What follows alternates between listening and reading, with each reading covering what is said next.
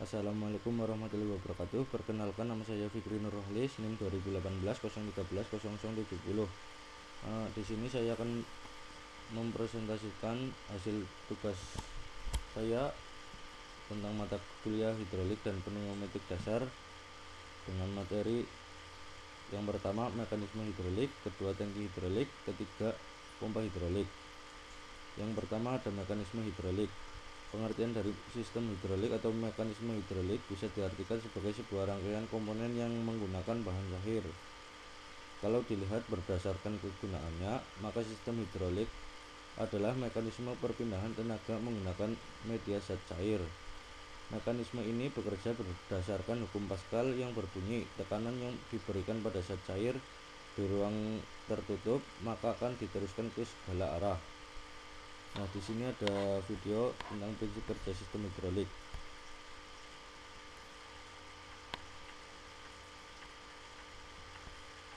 Simulasi dongkrak hidrolik. Ini saya ambil contoh dari sistem kerja Tahukah kalian dongkrak prinsip hidrolik ya. kerja dongkrak hidrolik? Dan konstruksi dongkrak hidrolik berikut. Nah, di sini ada konstruksi. Secara umum, dongkrak hidrolik Yang pertama terdiri ada dari 3 bagian mekanis, yaitu pengangkat beban. sistem pengangkat beban, Ini sistem pompa untuk hidrolik, pompa dan hidrolik, sistem pemompa dan ini atau pengungkit. pemompanya. Pada sistem pompa hidrolik, terdapat 2 buah tabung yang saling terhubung satu sama lain. Di sini ada Berisi zat cair tabung dan besar dibatasi oleh dan ini tabung katup-katup kecil. sebagai pintu Di sirkulasi sini zat juga ada cair. katupnya. Terdapat 4 katup, yang 3 untuk mengunci, yang 1 untuk melepas. Masing-masing tabung memiliki diameter dan luas penampang yang berbeda. Tabung pertama memiliki diameter dan luas penampang yang lebih kecil. Tabung kedua memiliki diameter dan luas penampang yang lebih besar. Selain itu, setiap tabung juga memiliki pengisap dengan ukuran Nah, yang di sini sama ada pengisapnya. dengan diameter dan luas penampang tabung. Sistem pompa hidrolik juga memiliki tabung cadangan yang berisi zat cair. Di sini dan tabung dibatasi cadangannya oleh ada sebuah 2. katup. Apabila pengisap tabung kecil ditarik sehingga bergerak ke atas, maka Nah, di sini tabung kecilnya ini bergerak, lalu zat cair ini masuk ke tabung besar, lalu tabung besar ini berarah maju mengangkat beban, lalu zat cair ini dikunci oleh 3 katup ini. Dari zat cair yang ada di tab cadangan masuk ke tabung besar. Langsung saja untuk mempersingkat. Nah, di sini cara melepaskannya ini, di sini ada katup untuk melepas. Jadi zat cair yang ada di tabung besar ini kembali ke tabung cadangan.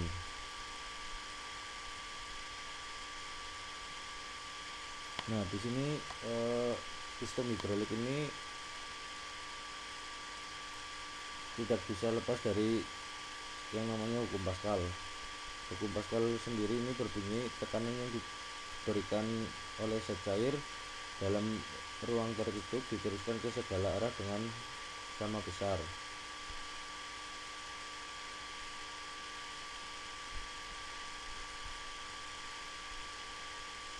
Nah, di sini juga ada rumus hukum Pascal di mana P1 sama dengan P2, lalu F1 per A1 sama dengan F2 per A2, di mana P1 yaitu tekanan pada tabung pertama dengan satuan N per M persegi, atau N itu melambangkan Newton dan meter M persegi itu melambangkan meter persegi.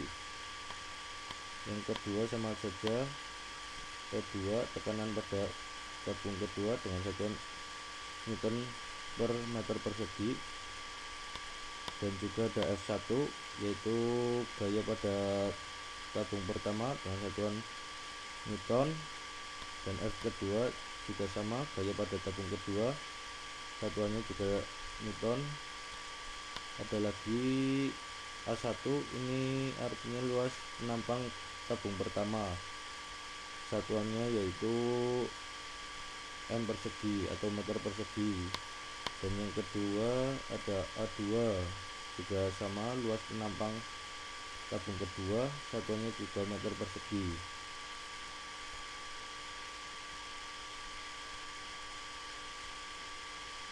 Nah, di sini untuk kerja hidrolik pada dongkrak yang digunakan dalam kehidupan sehari-hari ada di ekskavator, lalu di dump truck. Di sini ada untuk mengangkat mobil, ini sering digunakan di pencucian di mobil.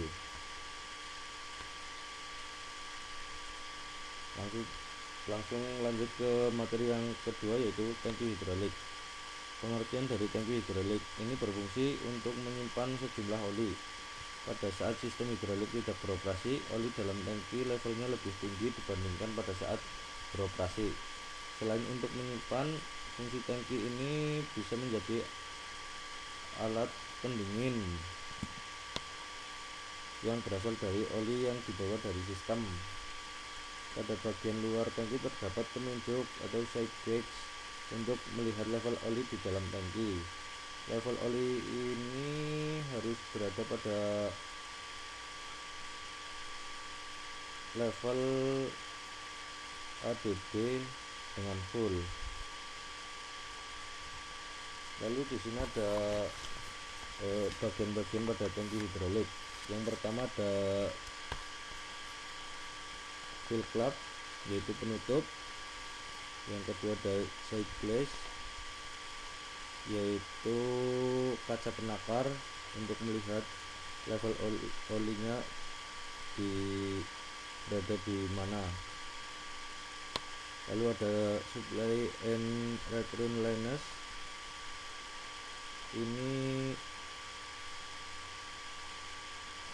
yang pertama ada supply, yang artinya ini untuk mengetahui kemungkinan oli mengalir dari tangki menuju sistem, dan return lines ini untuk mengetahui kemungkinan oli mengalir dari sistem menuju ke tangki.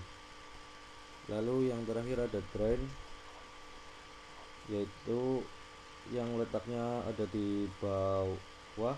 Ini berfungsi untuk mengeluarkan oli lama dari dalam tangki. Lanjut ke materi yang ketiga, yaitu pompa hidrolik. Pengertian pompa hidrolik atau hydraulic pump merupakan suatu alat yang mengambil energi dari suatu sumber yaitu engine, lalu motor dan elektrik. Ini untuk mentransfer energi tersebut menjadi sebuah bentuk hidrolik. Pompa penghisap oli dari tangki dan mendorong ke dalam sebuah sistem hidrolik. Ini sering disebut dengan flow. Di sini juga ada jenis-jenis pompa hidrolik, yaitu yang pertama ada pompa roda gigi dalam, yang kedua pompa tipe gerator, yang ketiga pompa baling-baling atau sudu-sudu, yang keempat ada pompa roda gigi luar, yang terakhir kelima ada pompa torak. Sekian presentasi dari saya. Mohon maaf jika banyak salah kata. Wassalamualaikum warahmatullahi wabarakatuh.